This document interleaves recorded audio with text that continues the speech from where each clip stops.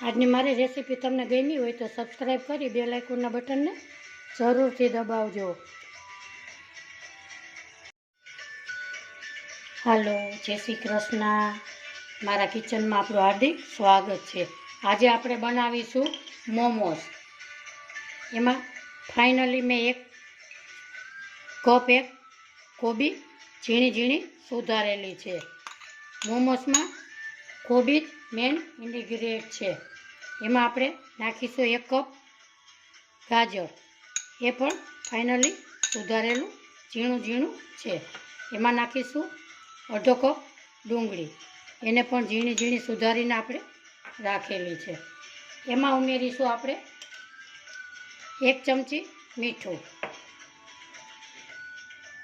એને આમ એવી રીતે મિક્સ કરી અને તૈયાર કરીશું. આને આપણે 10 મિનિટ ઢાંકીને રાખશું એટલે પાણી એમાંથી છૂટી જાય. હવે આપણે બાંધીશું લોટ. એમાં 1 કપ મોટો મેં મેંદાનો લોટ લીધેલો છે. એમાં નાખીશું સ્વાદ પ્રમાણે મીઠું,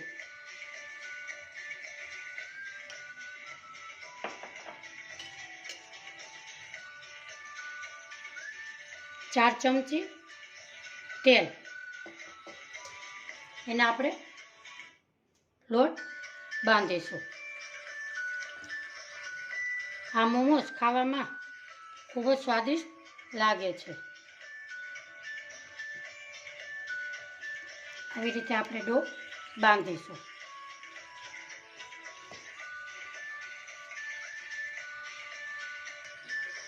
આપણો લોટ એકદમ સરસ બંધાઈ ગયો છે. એની માથે થોડુંક આપણે તેલ ઉમેરીશું.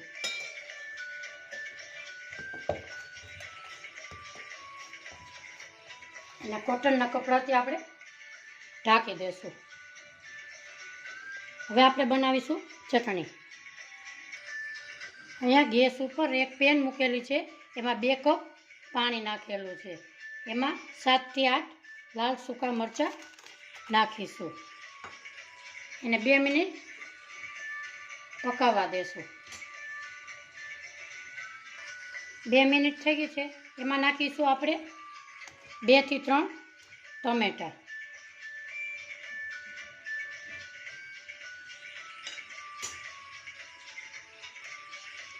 આપણા ટમેટાં એકદમ સોફ્ટ થઈ ગયા છે. હવે એને એક પ્લેટમાં બહાર કાઢીશું. એને આપણે 2 મિનિટ ઠંડુ થવા દેશું.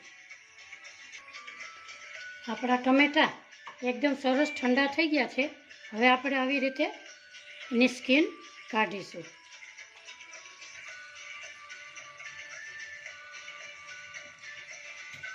એને આપણે મિક્સર જારમાં પીસી લેશું.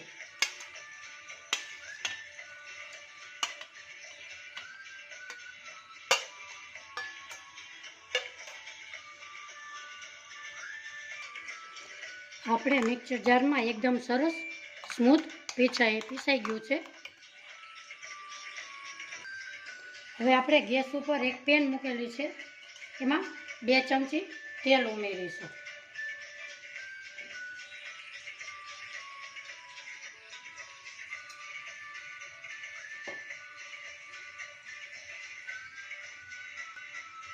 આપણું તેલ ગરમ થઈ ગયું છે. એમાં ઉમેરીશું આપણે લસણ. 7 થી 8 કળી લસણ ઉમેરીશું.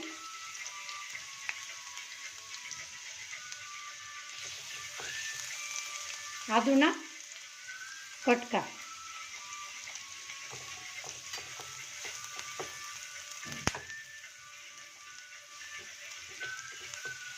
એમાં ઉમેરીશું આપણે પીસેલી ચટણી. આ ચટણી ખાવામાં મોમોસ સાથે એકદમ સરસ સ્વાદિષ્ટ લાગે છે. તમે પણ ઘરે જરૂરથી ટ્રાય કરજો. અને 2 મિનિટ આપણે પકાવશું.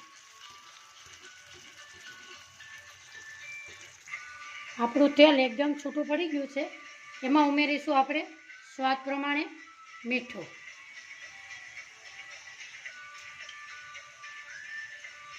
ખાંડ 1 ચમચી ખાંડ,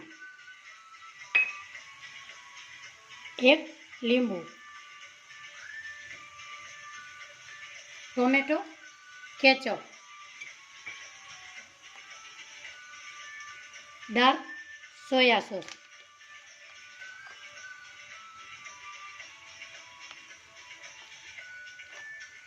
એને આપણે મિક્સ કરીશું.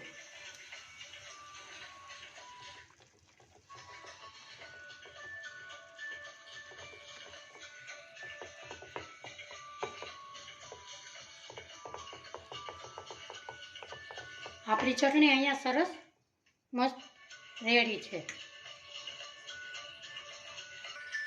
હવે આપણું સ્ટફિંગ છે એમાં પાણી રિલીઝ થઈ ગયું છે, એને હવે બહાર કાઢીશું. એક બાઉલ લેશું, એની માથે રેશમનું એવું કપડું પાથરશું ને આપણે આમાં ઉમેરીશું.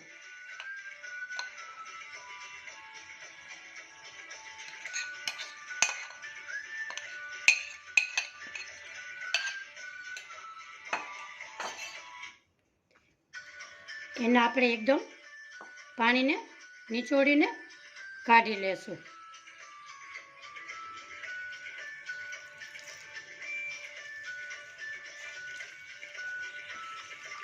આ પાણીનો ઉપયોગ તમે સૂપમાં કે લોટ બાંધવામાં લઈ શકો છો.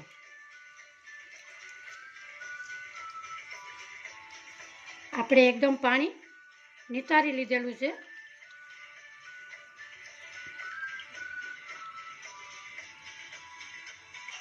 આપણે એ સ્ટફિંગ બાઉલમાં કાઢીશું. આપણે આમાં પાણી જરા પણ નથી.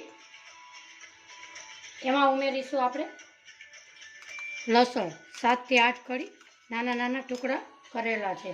લીલું મરચું તમે તમારા ટેસ્ટ પ્રમાણે નાખી શકો છો. આદુના નાના નાના ટુકડા, તીખાની ભૂકી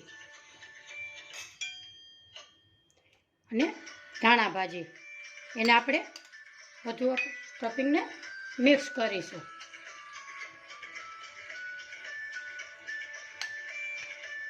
અહીંયા આપણું સ્ટફિંગ સરસ મસ્ત બની ગયું છે. હવે આપણે લોટ બાંધ્યો તો એના નાના નાના આપણે એવા ટુકડા કરીશું. આવા નાના નાના.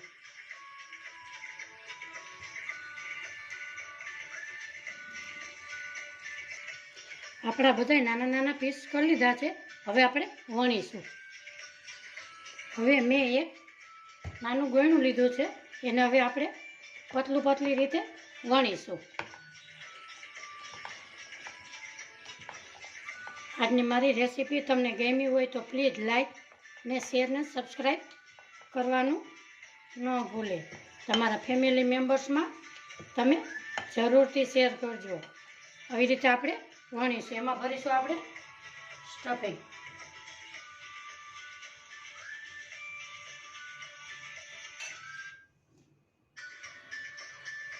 આવી રીતે કિનારીને આમ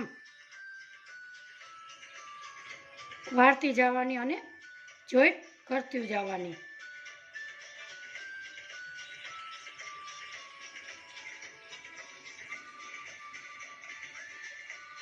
આવી રીતે આપણે અહીંયા બીજું પણ એવી રીતે વણીશું.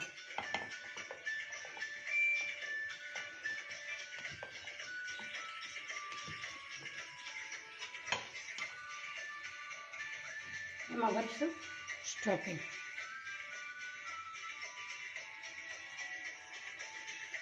નાના બાળકોને લંચમાં પણ આપી શકાય. ટિફિન બોક્સમાં પણ તમારે આપવું હોય તો નાસ્તા તરીકે આપી શકીએ છીએ. આવી રીતે આપણા મોમોસ બધાય વળી ગયા છે. હવે એને આપણે સ્ટીમ કરીશું. અહીંયા મેં ગેસ ઉપર એક ઢોકરિયું મૂકેલું છે, એમાં આપણે મૂકીશું સ્ટીમ કરવા માટે.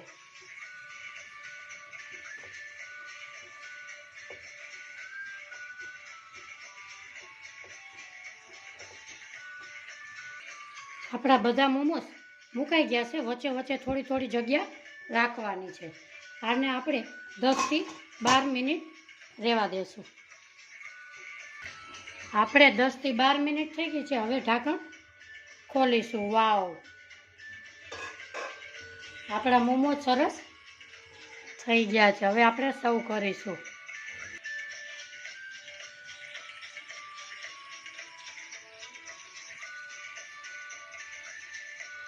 આજની મારી રેસીપી કેવી લાગી કોમેન્ટ બોક્સમાં જરૂરથી જણાવજો. કયા શેરથી જુઓ છો એ પણ જણાવજો. એ જોઈને મને ખૂબ જ આનંદ થશે.